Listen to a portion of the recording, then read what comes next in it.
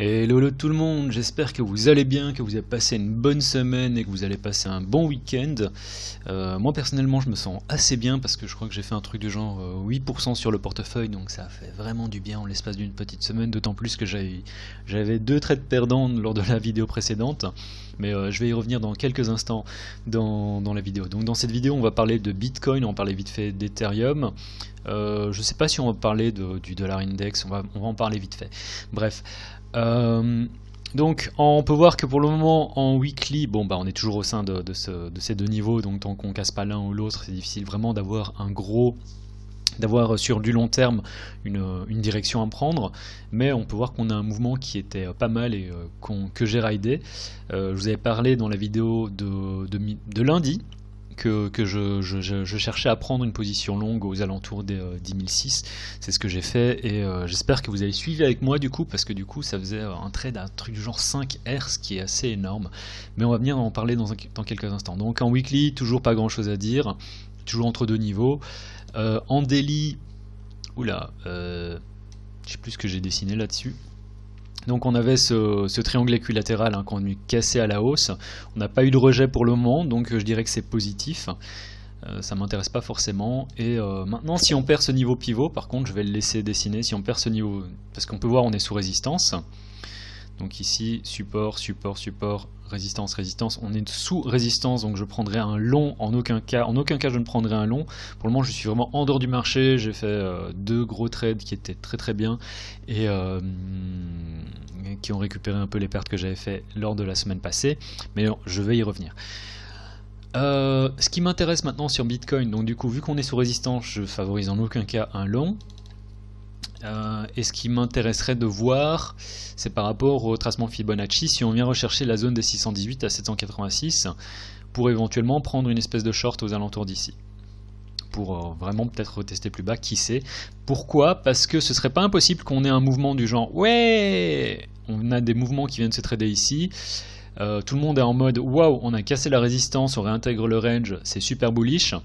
Et finalement, en fait, on a une espèce de mouvement fuck up où finalement ça c'est un fake out, on réintègre cette partie là du range et on vient rechercher cette zone là.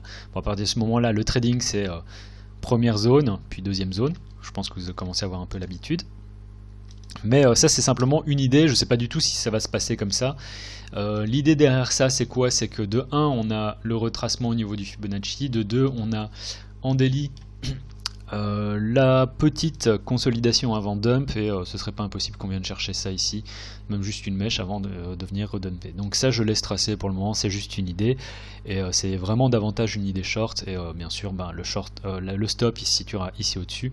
On verra comment ça se placera sur de l'intraday. Donc ça c'est pour le moment je suis pas long, j'ai pas envie de shorter ici, même si ça pourrait être une idée, mais je tiens davantage à avoir vraiment quelque chose qui se forme et de pas shorter le niveau de manière aveugle. Parce que là on a eu une petite consolidation, du coup cette consolidation ça devient également ça devient également un support. Un petit support en intraday, mais ça reste quand même un support et c'est pour ça que je suis pas intéressé par shorter. Alors, on va parler vite fait de ce qui s'est passé durant la semaine. Alors j'ai déjà effacé ça du coup, c'est dommage. J'ai shorté ici et je vous avais dit bon moi l'idée du short c'est quoi? C'est de venir chercher le stop ici. Donc c'était un truc à 2R et je me suis fait sortir comme le gros noob que je suis sur ce setup. Donc c'était un setup à 2.3R, quelque chose de ce genre là. Je me suis fait sortir ici et je vous ai expliqué dans la vidéo, voilà, je cherche aussi cette zone pour prendre un long. Chose que j'ai faite, et je crois, j'ai tout donné en plus, je pense dans la vidéo de lundi. Pour ceux qui ne me croient pas, vous pouvez aller chercher ça. J'ai pris une entrée, je crois, plus ou moins ici. Stop ici en dessous pour, à l'époque, dans la vidéo je vous avais dit quoi? Je vous avais dit je cherche la liquidité qu'il y a ici au dessus, et ça faisait, c'est bien malin, j'ai pas fait le bon truc, j'ai pris une position long et je visais ça ici, un peu en dessous des 11 000. Alors je vais pas vous mentir, j'ai pas fait, je suis sorti avant, C'est-à-dire que quand j'ai vu ça ici, je suis sorti. Donc ça faisait un trade à 3.5 R, c'était plus que suffisant. D'ailleurs c'était peut-être un peu plus que ça parce qu'à mon avis mon stop il était davantage ici. Donc c'était davantage 4R. 4R, je me suis dit ok c'est bon, j'ai récupéré la perte que j'avais fait parce que j'avais shorté pour rappel ici, je me suis fait sortir, j'avais shorté ici, je me suis fait sortir. Là j'ai vu ça, je me dis le marché il est choppy, on a toutes les chances éventuellement de faire un fake out. Et voilà, je me suis dit ok tu prends tes profits, tu te casses, et même si j'ai loupé entre guillemets la suite, ce qui est dommage, hein, sinon je pourrais faire le malin et faire genre ouais voilà je suis encore en position, mais voilà je tiens totalement transparent. Que ce soit mes gains, mes pertes, j'essaie d'être transparent, parce que c'est un peu l'idée aussi de la chaîne. Et donc là on est sur, là j'ai fait un trade qui était très positif, et j'avais fait aussi un trade qui était super sur le gold.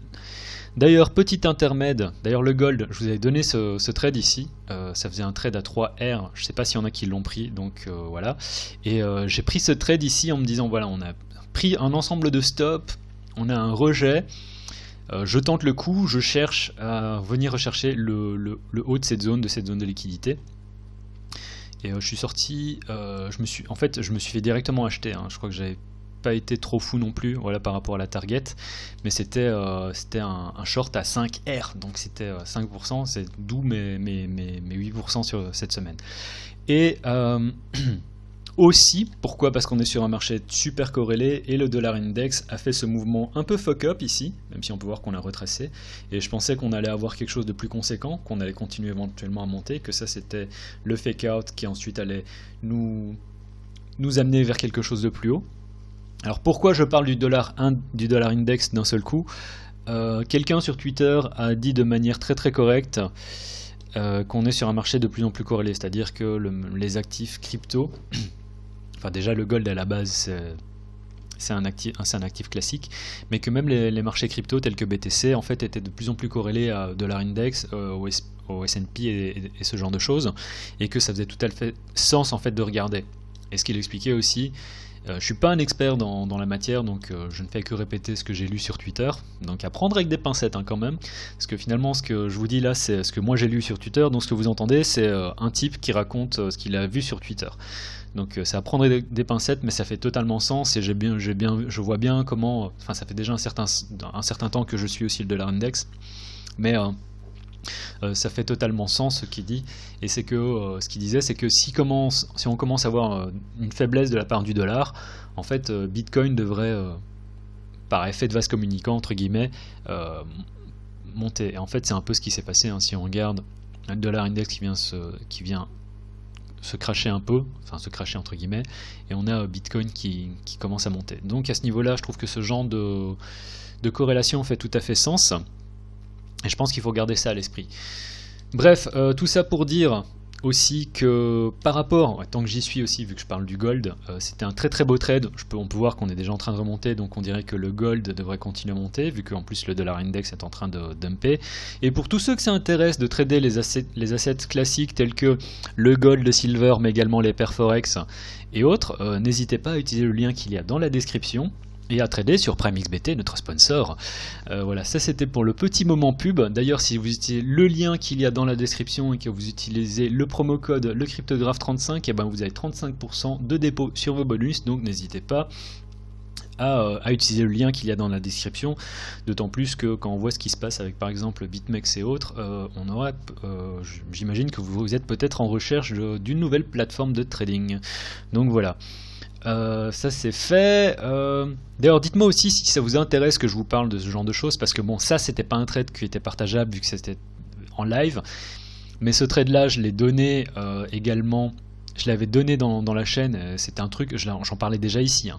Si on vient chercher cette zone, je short et je vise ce low ici.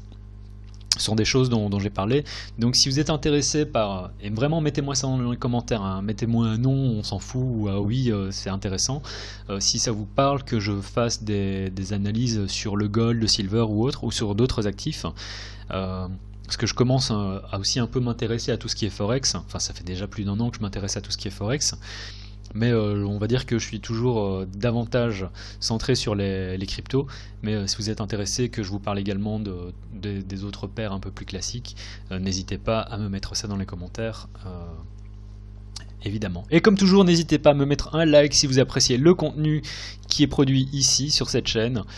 C'est juste pour m'encourager. En dehors de ça, on va parler vite fait d'Ethereum. Alors, Bitcoin, on va parler de setup un peu quand même. Pour le moment, je suis pas chaud pour shorter ça. Je serais davantage chaud pour shorter une fois qu'on vient à nouveau se trader ici au-dessus. Et j'ai pas forcément envie de prendre un long par rapport à ça. Donc ça c'est mon avis personnel. S'il y a un truc qui se passe, on peut voir ici on a une zone de liquidité, à mon avis on va avoir un rejet à partir de là. Peut-être, j'ai davantage des idées short qui me viennent en tête, pas forcément des idées long, parce qu'on a résistance, résistance, résistance. Si on vient casser les 12 000, et encore, c'est casser les 12 000 en hebdo, oui, là je prendrais davantage, là je pourrais être que long, mais pour le moment je suis pas super bull non plus, même si là on a quelque chose de très positif qui se passe. Ce serait pas impossible, il faut faire vraiment attention aussi au weekly. Pourquoi? Parce que c'est pas impossible, là on a encore 60 heures sur cette bougie, donc on pourrait totalement imaginer que les prix fassent yeah, et ensuite qu'on vienne rechuter ici en dessous, et qu'en fait tout ça ce soit à nouveau un fake out. Donc dans tous les cas, moi je suis très prudent par rapport à ça et je suis pas dans l'idée de prendre un long, tout simplement. Et pour l'idée short, je viens d'en parler. Donc Ethereum contre Bitcoin, moi je suis toujours dans cette position et je suis en train de me dire que ça prend vachement de temps, mais d'un autre côté on a tapé tellement de fois dans la liquidité ici que je me dis qu'on devrait bien finir par casser ce support et venir chercher plus bas. Donc je pense toujours que Ethereum contre Bitcoin va venir chercher plus bas. Et Ethereum contre USD. Par contre, je suis en train de me demander, Ethereum contre Bitcoin, combien de temps je vais garder ce truc parce que ça fait longtemps, ça fait 2-3 semaines à mon avis que je suis dans ce short. Et ça commence à peser. Ethereum contre USDT, même chose que sur BTC. On est sous résistance. Prendre un long ici, ça fait pas sens. Prendre un short en intraday, non, je suis même pas excité par l'idée de prendre un short ici. Non, j'ai vraiment pas grand chose à dire. L'idée que j'avais pour prendre un short, c'était vraiment déjà qu'on vienne casser les 330. C'est une chose qui s'est pas passée. Je sais pas quand j'en ai parlé de ça, mais ça ne s'est pas passé. Et l'idée de prendre un long, sur Ethereum, étonnamment, me parle un peu plus. Mais c'est simplement pour faire vite un aller-retour, quoi.